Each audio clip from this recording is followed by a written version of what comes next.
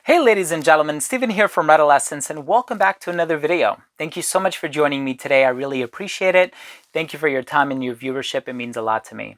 In today's episode, we're going to be taking a closer look at a classic. This one by the company Jacques Bogart is simply entitled Bogart. So make sure to stay tuned.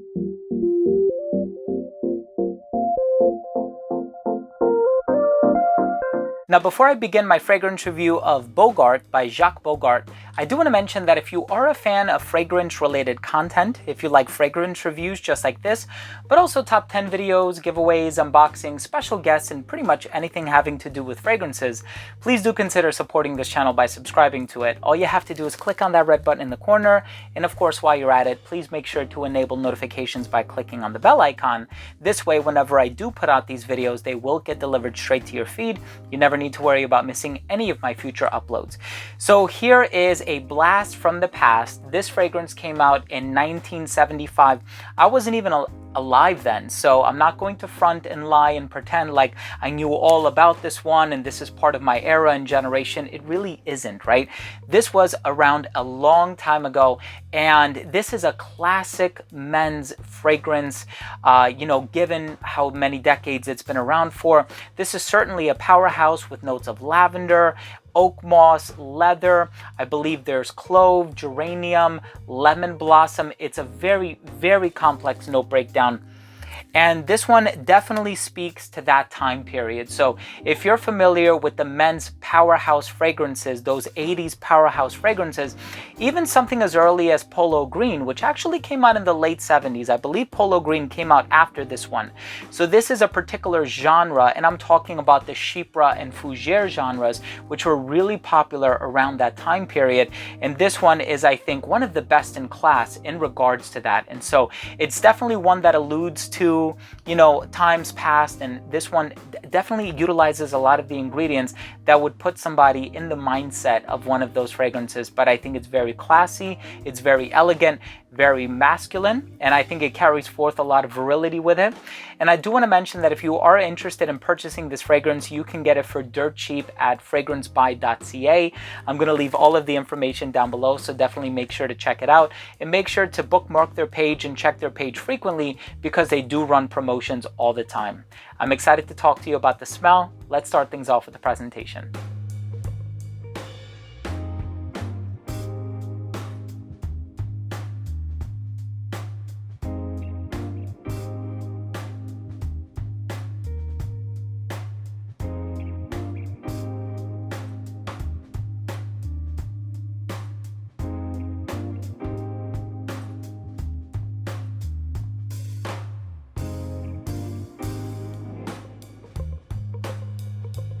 So as soon as this fragrance opens up, you're going to get this bright citrusy and lemony thing going on in the opening. And I know there's lemon blossom listed as a note, and you definitely get the citrus appeal, but the green, earthy, and woodsy oak moss vibe in the base is not hesitant to peek its head through. So you are going to get this mossy quality that comes out right away. And I feel like it's the oak moss that really puts somebody in the mindset of the 1970s, 1980s. And so I'm sure this fragrance is going to be nostalgic for many people, especially if you're familiar with the types of fragrances that were popular that many decades ago. And so this is one that I'm happy to have in my collection, although it really smells nothing like the modern fragrances of today, right? So when you think about Invictus by Paco Rabanne, 1 Million by Paco Rabanne, Azzaro Wanted, these are all these bubblegum sweetness types of fragrances. And I know the men of the 70s, 80s, and even 90s have a bit of an aversion to these bubblegum types of fragrances. They find them to be very juvenile, and you can definitely sense the masculinity in a fragrance like this just because of the power that it harnesses and that it possesses. And so you're going to get a heaping dose of oak moss in the base. You are also going to get something spicy in here that could be contributing to the leather accord that's used in the base. And there's also this aromatic property in the heart, which I'm guessing is coming from perhaps a little bit of clary sage or rosemary or something of that nature. And I'm also picking up on a little bit of lavender as well. But ultimately, I would say this fragrance is like 25% lavender, 75% oak moss. So it's more green and earthy, and it has that sort of power behind it.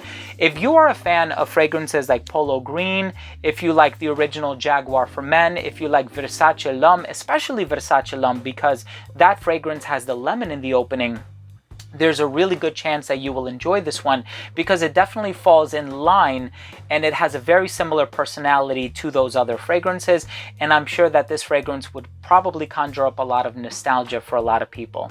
Let's go ahead and finish things off with my overall assessment. So first up, in terms of the uniqueness and the overall smell, I'm sure that for its time, this was a very unique fragrance, because it did precede a lot of the more popular green, oak moss, fir, patchouli types of fragrances that came out in the early 80s, mid and late 80s. And so with this one being a 1975 release, this one was kind of the predecessor of many of those more popular fragrances, but I'm sure there are a lot of people who swore by this and wore it religiously, and I can see why. It definitely embodies and personifies what the manly man was of the time. And so really unique smell at the time. Nowadays, a lot of people would probably not consider this DNA to be modern, but I have always been a proponent of you go out there and you wear what you like, wear what you want, wear what makes you happy, no matter when it came out, what the DNA is, or who it's marketed for.